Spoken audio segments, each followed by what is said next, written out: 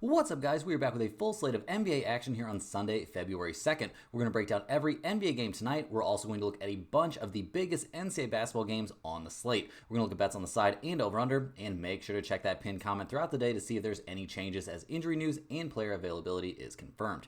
Yesterday went not the greatest, guys. Actually, a weird day out there in the NBA, to be honest. A lot of big favorites losing straight up, like Houston not having a very good day at all. We had the Thunder -9. That was one of our favorite plays of the day, and they came through very easily, just crushing the Sacramento Kings. But the Knicks in that big primetime showdown against LeBron and company couldn't get anything done, end up losing 128 to 112. So the Knicks certainly not coming through. Maybe we can't be fading LeBron there at Madison Square Garden. We also have the Blazers at +3. That game's still going on. They're actually up by 21 points in the third quarter, so it's looking good for now. Obviously, the game is definitely far from over, but we have to feel good about them getting off to a pretty good start. So loving what we're seeing there. A 2-2 day, obviously not exactly what we had in mind, guys, but do me a big favor anyway. Still hit that like button. It's good luck, hopefully, and helps get these videos promoted out there, which helps the channel to grow and really helps keep me, fired up and motivated to bring you this content every single day.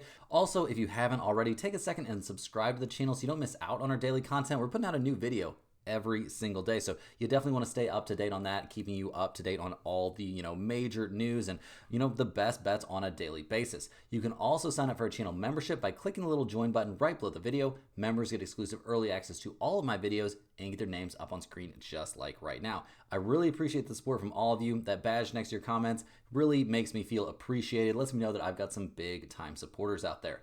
All of our videos, guys, are sponsored by StompTheSpread.com. We have a team of experienced cappers over there for every major sport, currently covering NBA, college basketball, UFC, NHL, and the Super Bowl. We've been on a sick run, and by we, I mean not me. I am not the guy that covers the UFC. But we do have a monster genius UFC guy over there. He had a big parlay on the UFC this yesterday. I think there was a big slate, and yeah, he's just been killing it. So definitely one of the best places you can find UFC content on the entire internet. If you're not sure if a premium package is right for you right now, still, guys, click that link in the description. You can get over there, sign up for our free email list that will get you updates on our results as well as free picks right to your inbox. We're not going to spam you with a bunch of emails. We'll send you one email per day with free picks included and just updates on how things are going for us. Also, guys, comment below with any bets you're looking at today, and we'll give you our best advice on all of them. We're committed to responding to every single comment every day, so let us know anything you want to say about my picks, these videos, or anything else you see here. As always, our favorite picks will be in the pinned comment down below. Now let's get into our first game of the day. We've got the Chicago Bulls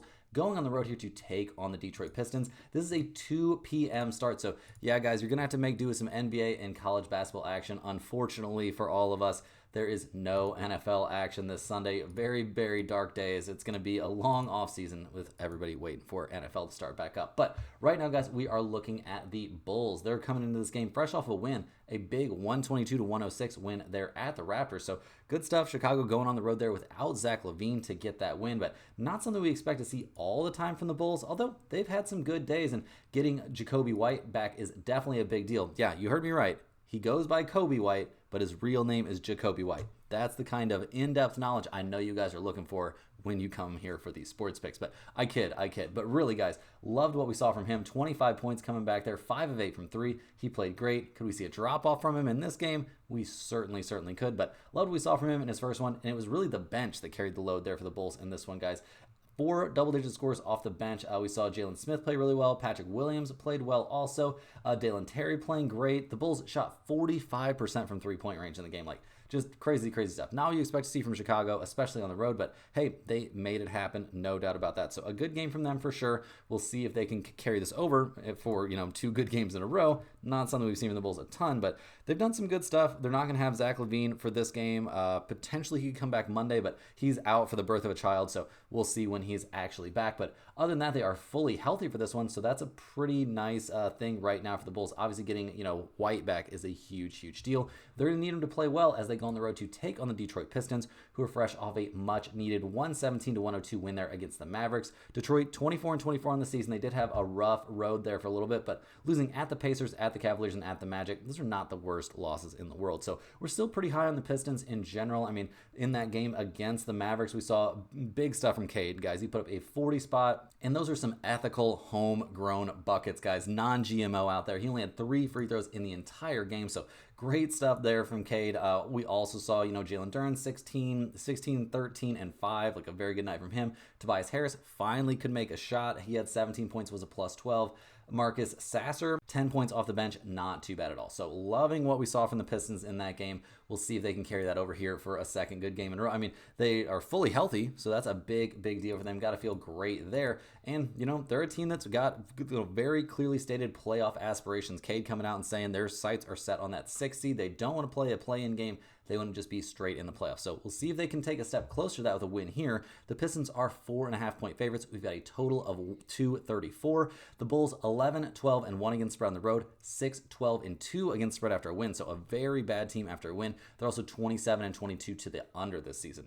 Detroit 9, 12, and 1 against spread at home. So kind of surprising to see them having a good year, but also being, under 500 against spread at home. They are 9, 12, and 2 against spread after a win, and they are a very slight over team. Guys, in this game, I'm not sure if it's going to end up in the pin comment or not, but I'm definitely thinking this is a good spot to be fading the Chicago Bulls in a big letdown spot after that win, that kind of unexpected win against Toronto. Not the most unexpected wins, obviously, but just not a game we expected them to go get without LaVine. So I think Detroit to win this game by 5 points is extremely live and could definitely end up in the pin comment.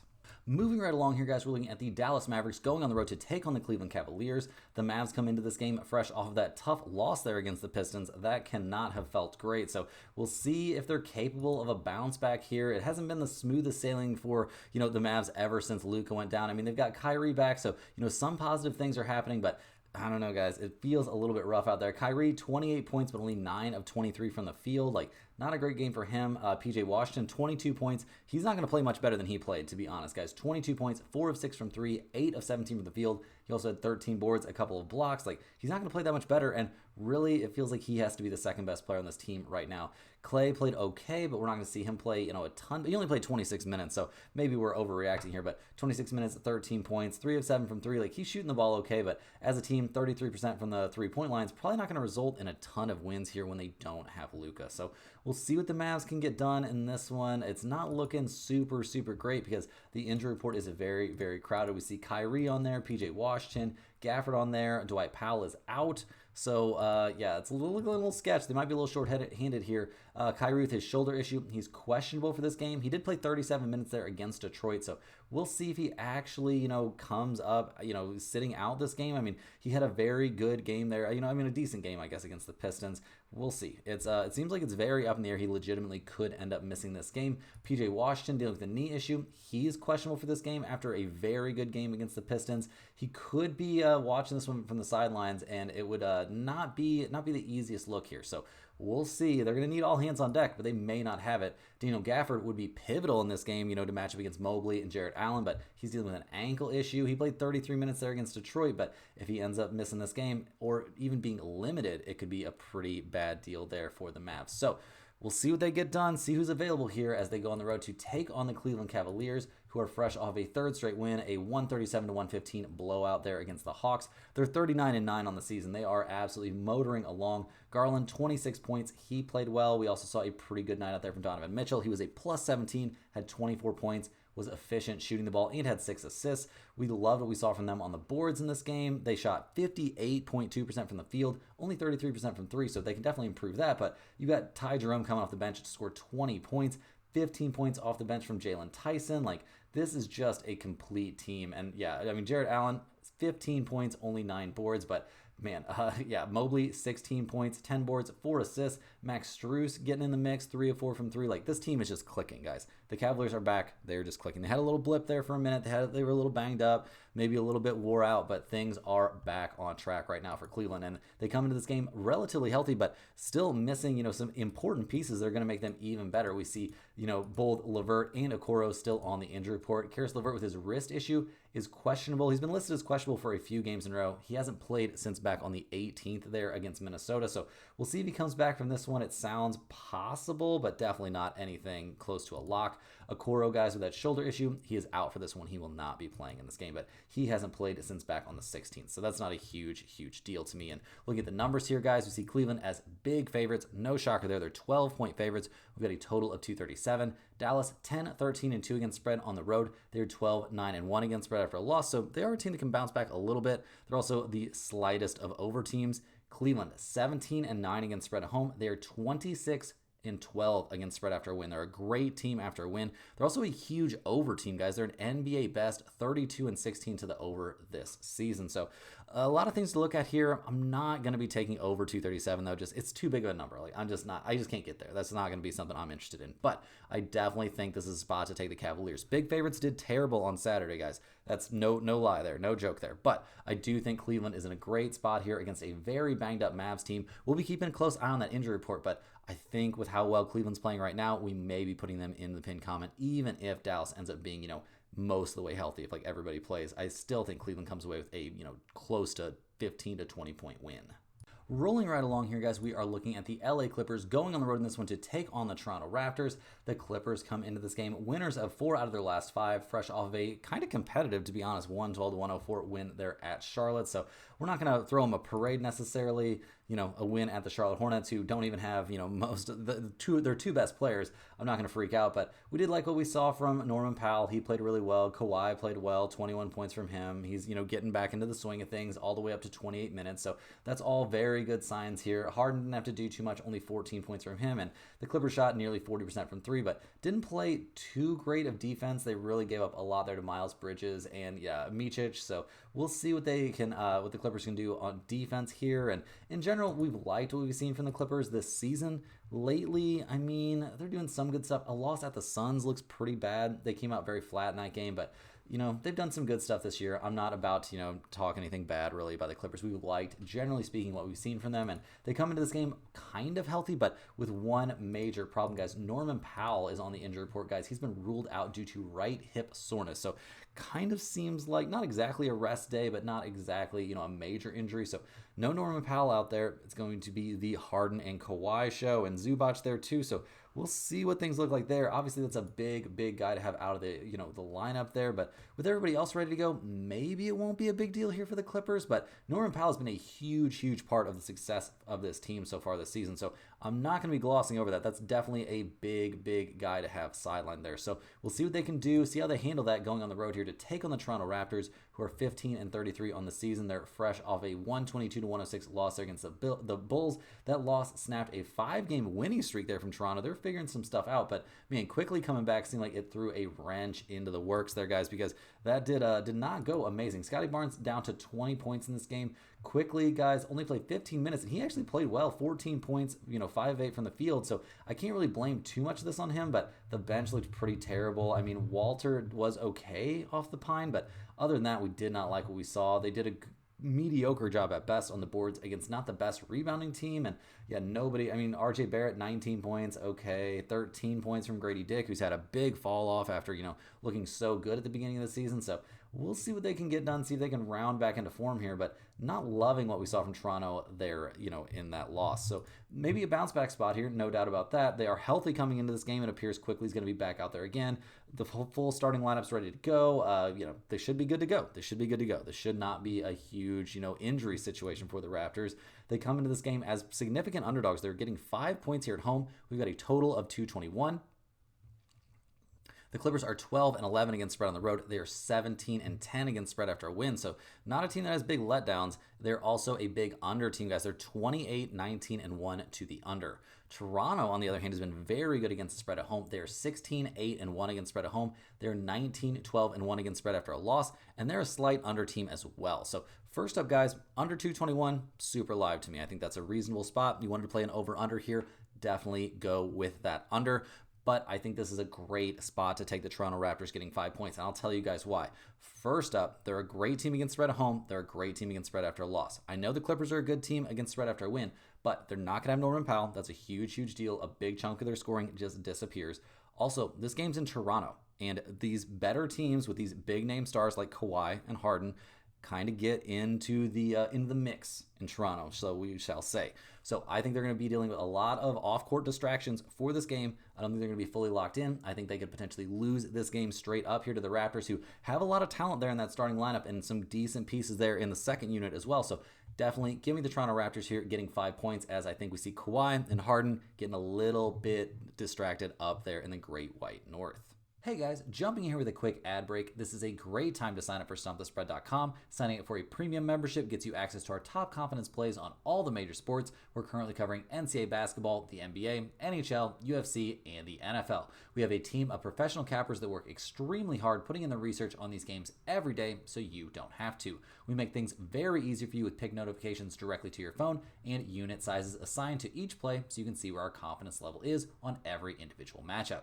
To test out the service before you buy, join our free email list, get the occasional free or premium pick straight to your inbox. Just click the link in the description to sign up for a free account.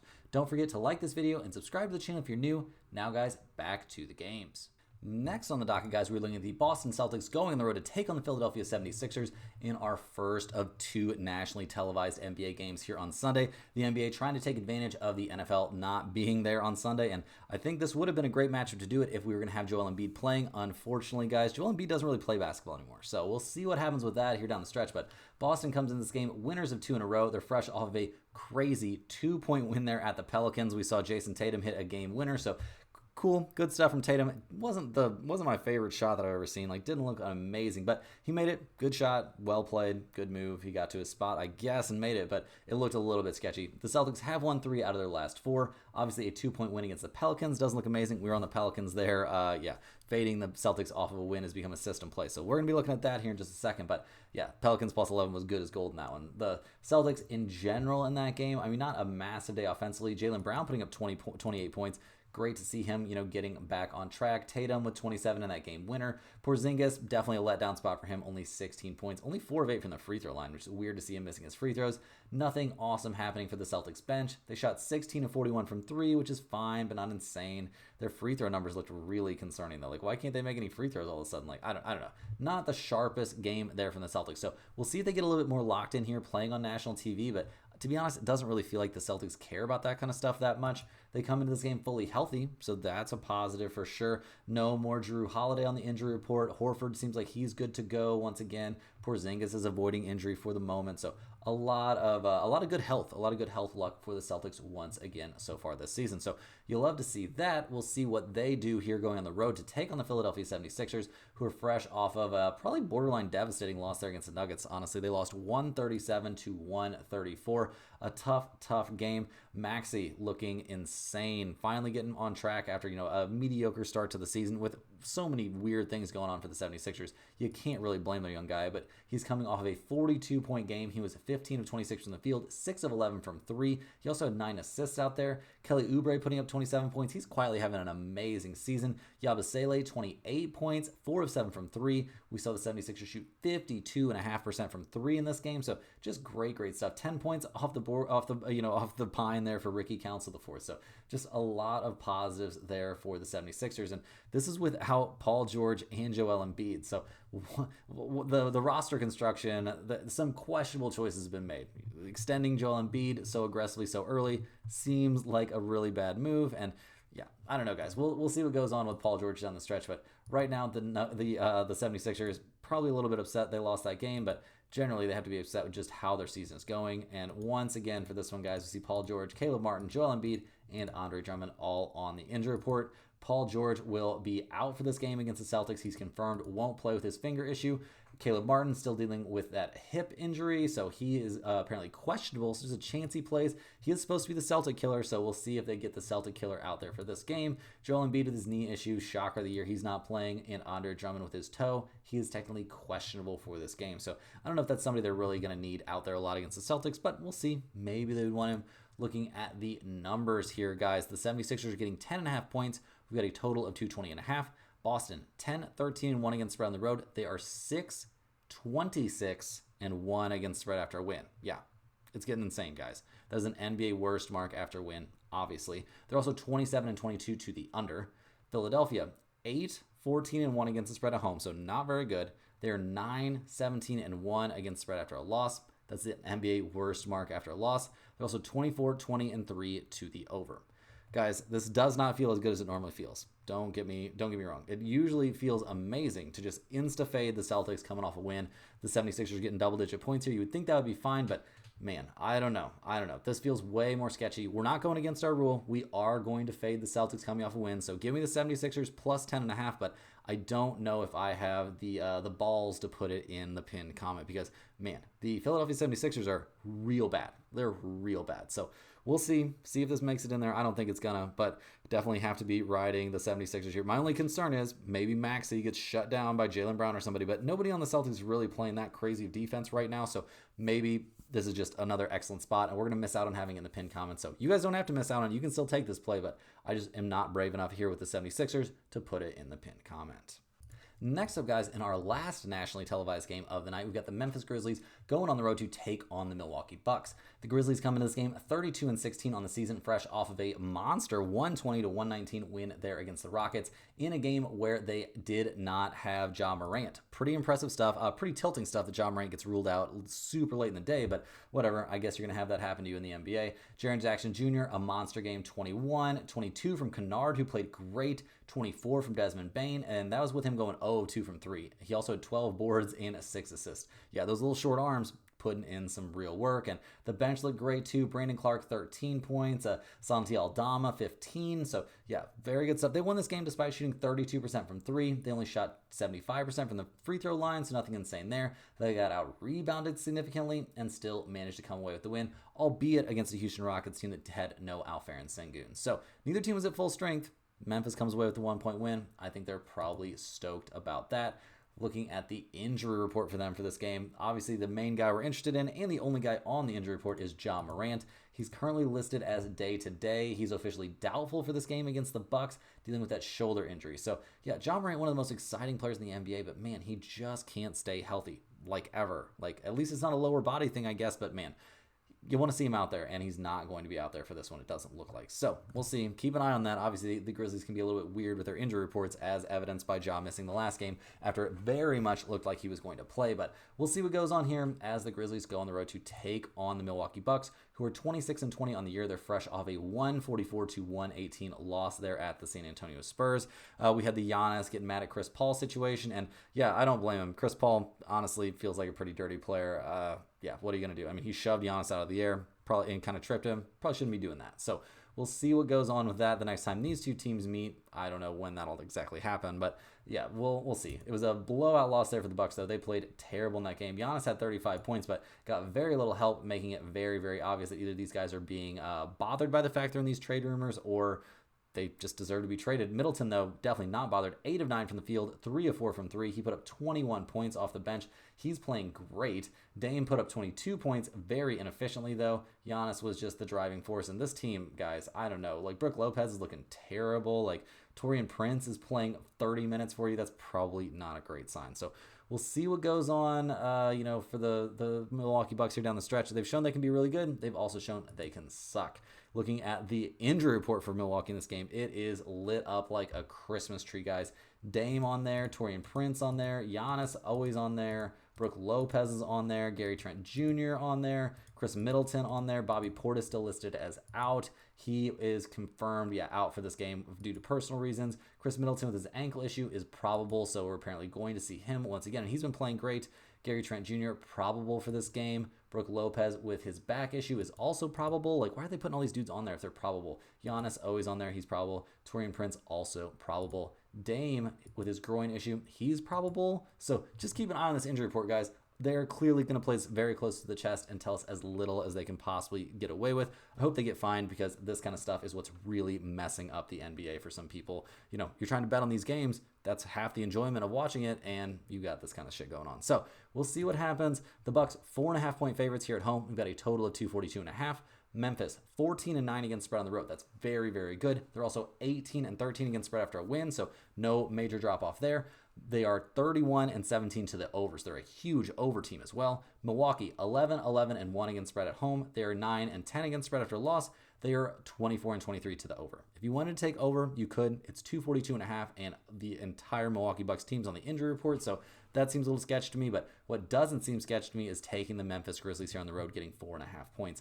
I think they've got what it takes to compete here against the Milwaukee Bucks team that is not very good, or at least not playing like they're very good. They are in a huge bounce back spot after getting embarrassed, so maybe this is a little bit sketchy, but I like Memphis here on the road. It doesn't seem like it bothers them too much.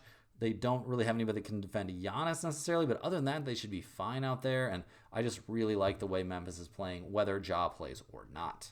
Now, guys, switching it up, we're going to look at a bunch of college basketball games, guys. We got a bunch of them on the slate for this one. We've got the Ohio State Buckeyes going on the road to take on the number 18 Illinois Fighting Illini in our first game of the day. It's a noon tip, so get in on this one early, guys. Ohio State comes into this game fresh off of a pretty nice win there at Penn State. That was one we were definitely liking Ohio State more. We actually got chased off of that game by, taking in too much content from other places, trusting other people more than we trusted ourselves. We should have been on Ohio State because I was like, all these people leaning towards Penn State, it doesn't make any sense to me. But yeah, we take the blame there. We didn't get on that one in a big way.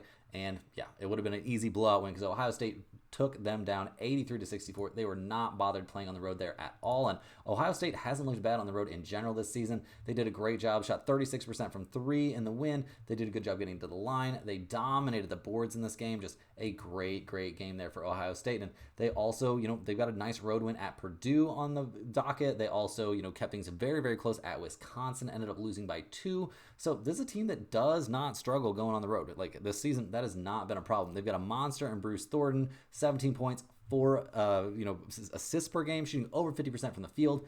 They are 54th in the nation, scoring 80 points per game. Their rebounding numbers aren't always amazing. They were amazing against Penn State. They're a decent defensive team. Like, I have a lot of positives here, looking at what the Buckeyes have done this season. So feeling pretty good about them as they go on the road here to take on number 18 Illinois. The Fighting Illini are fresh off of a road loss there at Nebraska, an 80-74 loss. A pretty close game, obviously, but they're losing it in overtime, 10-4 in overtime. Not what they were hoping for. I don't know. This Illinois team, just hard to figure out, guys. I mean, they shot 42 threes in that game. They only made 10 of them. Like, they were 12-18 from the free throw line. They dominated the boards in this game, but it was not enough against Nebraska. Like, just a weird game. Not a huge free throw discrepancy, like 0 free throw discrepancy, actually. Both teams shot, 18 free throws each. Nebraska just outplayed them there at the end. Kind of brutal there for Illinois, to be honest. And they've had a little bit of a brutal season. They were coming off that loss. They had a win against Northwestern, but got blown out at home by Maryland. They went on the road at Michigan State, lost by 2. Like, it's just a little bit hard to figure this team out. They did blow out Penn State, so there's, a shared opponent that they did really well against. But that was a while ago.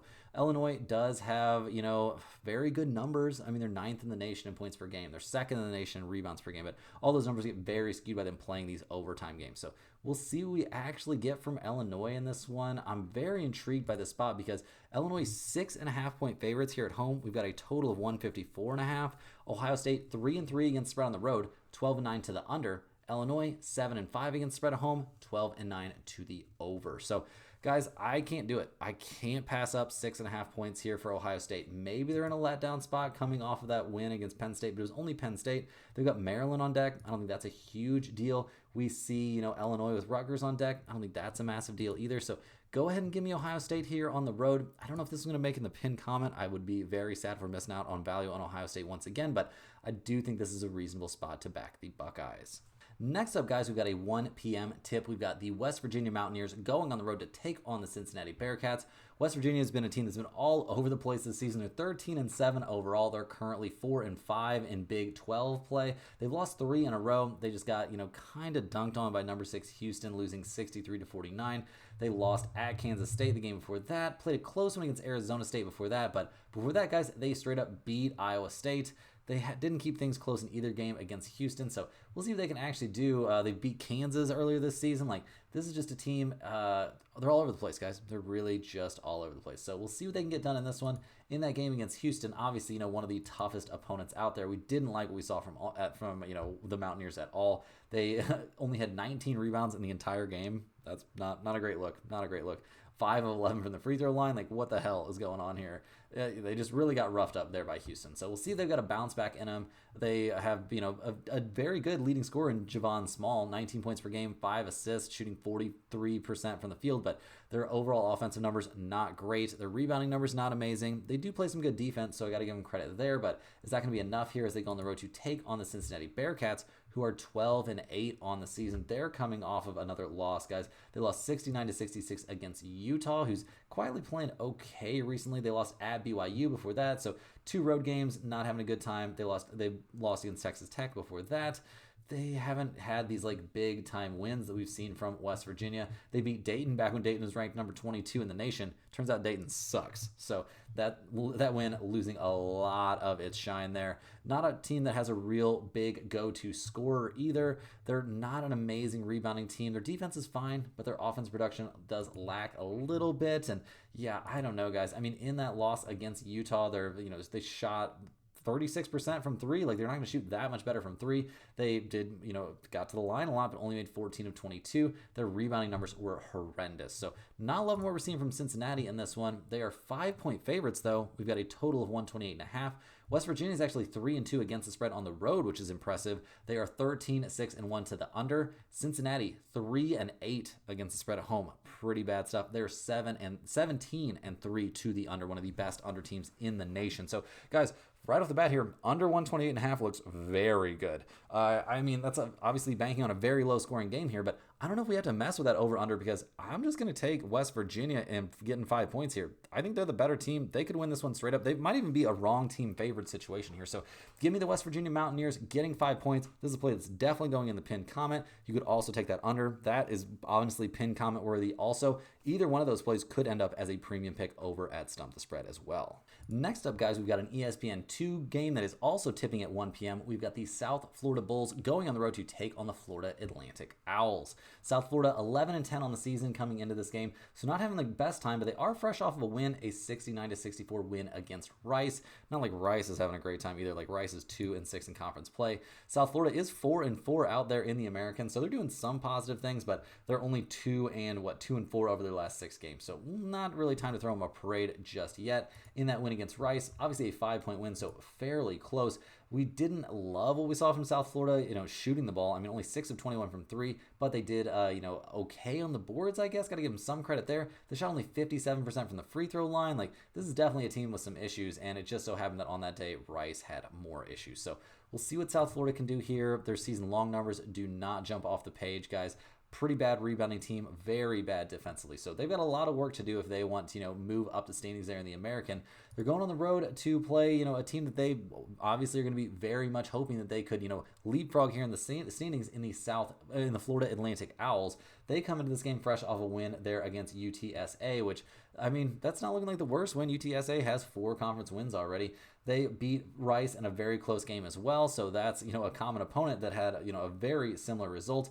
They haven't really kept things close against anybody amazing recently. I mean, they did win at East Carolina, so I guess that's something, but they got dismantled by teams like Memphis and Michigan State. So not super high on the FAU Owls, guys. I mean, they don't have an amazing, leading scorer. They do put up a lot of points, but they give up a ton of points as well. A very, very bad defensive team. Their rebounding numbers aren't great despite playing at a very high pace. And looking at the numbers here, guys, Florida Atlantic getting 6.5 points feels like kind of a lot. We've got a total of 152.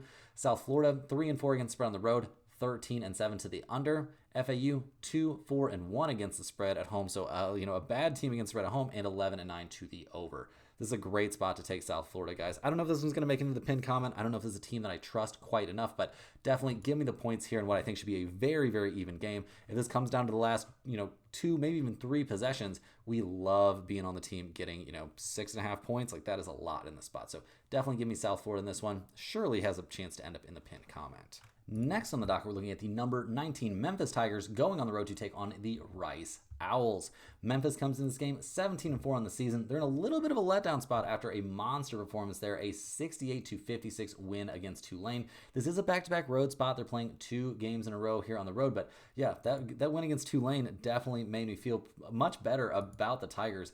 I mean, we've seen good stuff from them, not all season long, but I mean, they shot 40% from 3 in this game, 7 of 10 from the free throw line, so that's nice. They did a good job keeping things even on the boards against, a team that is known to attack the boards pretty aggressively. Tulane did have a really bad day shooting the ball in general, but some credit for that at least has to go to Memphis. I mean, Tulane having a bad day shooting the ball on their home court, you got to give some credit to the opposition. So we'll see if Memphis can, have a similar performance in this one. They haven't been a great team defensively this season necessarily, but the offensive numbers are definitely there. They've got, very good leading scorers and guys like PJ Haggerty. He's a monster. So we'll see what they get going here against the Rice Owls, who are 11-10 on the season. They've lost, 6 in a row. Their last game was at South Florida. They lost that game 69-64. They lost by 11 against Tulane. They're just not a team that's having a great time, if I'm being honest. And their last game, I don't know, guys. I don't have a lot of great things to say about Rice in their game against South Florida. They shot 30% from three. I guess that's okay. They did have a rebounding edge, but that's not something they're going to have against Memphis. So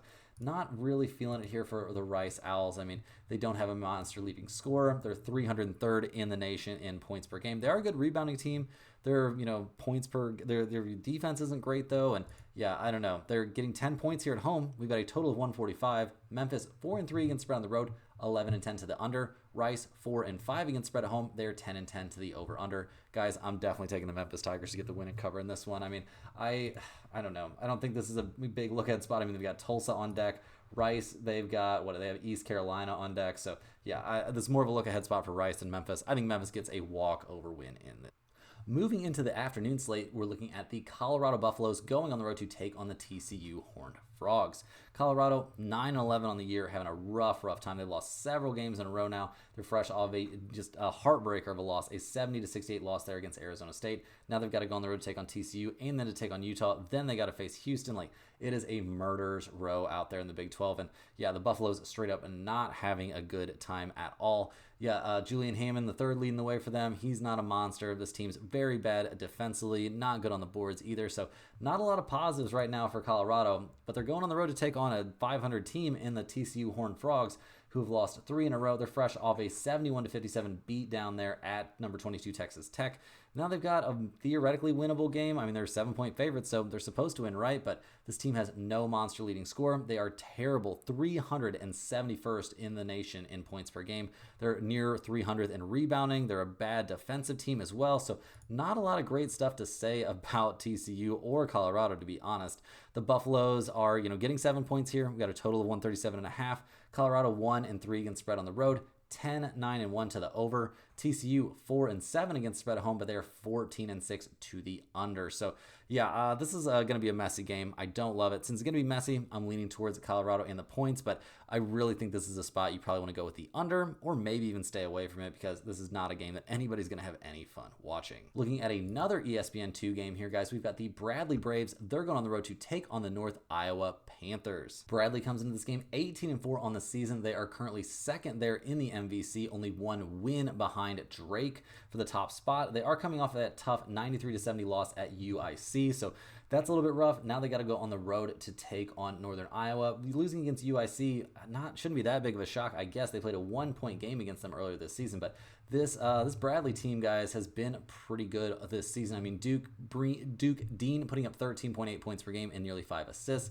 They're a very good offensive team, especially for somebody that plays in the Valley, and their defensive numbers and rebounding are also pretty respectable. So we'll see what they do on the road against the Northern Iowa Panthers, who have had an interesting season of their own. They're currently 7-4 there in MVC play. They're 13-9 on the season. They're also fresh off of a loss, a disappointing showing at Drake, guys. They lost that game 66-52. So they'll be hoping to bounce back as well. They're not necessarily putting up amazing numbers. Anderson leading the way for them with 14.7 points per game, but their rebounding numbers are terrible. Their defensive numbers are good, but offense isn't that great, and definitely not on the level there of Bradley. So it's a little surprising. I mean, I know Northern Iowa is historically a very good team at home, and they're 2-point favorites here. We've got a total of 139. Bradley 3-3 against spread on the road, so not terrible. They're 33-8 to the over, 13-8 to the over.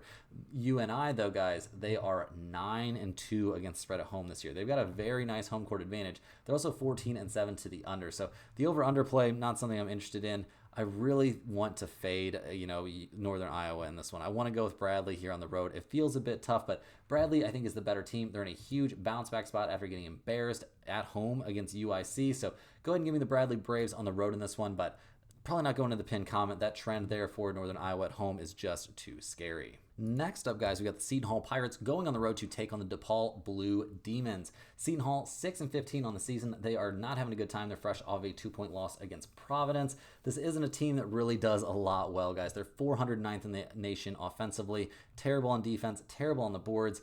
and they're going up against a team that is right there with them, very close to the bottom of the standings there in the Big East. DePaul, they are fresh off a 72-61 loss at UConn. And yeah, now they get a chance to try and claw something out. I mean, it's just not looking good, guys. They're a bad offensive team, a bad defensive team. They're bad on the boards. Also, at least they've got pretty good ball movement there on offense, so got to give them some credit. The Blue Demons, guys, are 4.5-point favorites at home. We've got a total of 135.5. Seton Hall, 3-3 against spread on the road, 11-10 to the under. DePaul, 8-6 against spread at home, and 14-8 to the over. So with a total here of 135.5, you could definitely talk me into over in this game, but I think you're better off taking DePaul here at home. They're just a slightly better team than Seton Hall. They play a little bit more up-tempo. They play some more offense. They've got a little bit more talent out there, so I think they find a way to win this game by 5 points at home, but really not a game that I'm that interested in. In the last big game here of the NCAA slate tonight, guys, we've got the Nebraska Cornhuskers going on the road to take on the number 16 Oregon Ducks.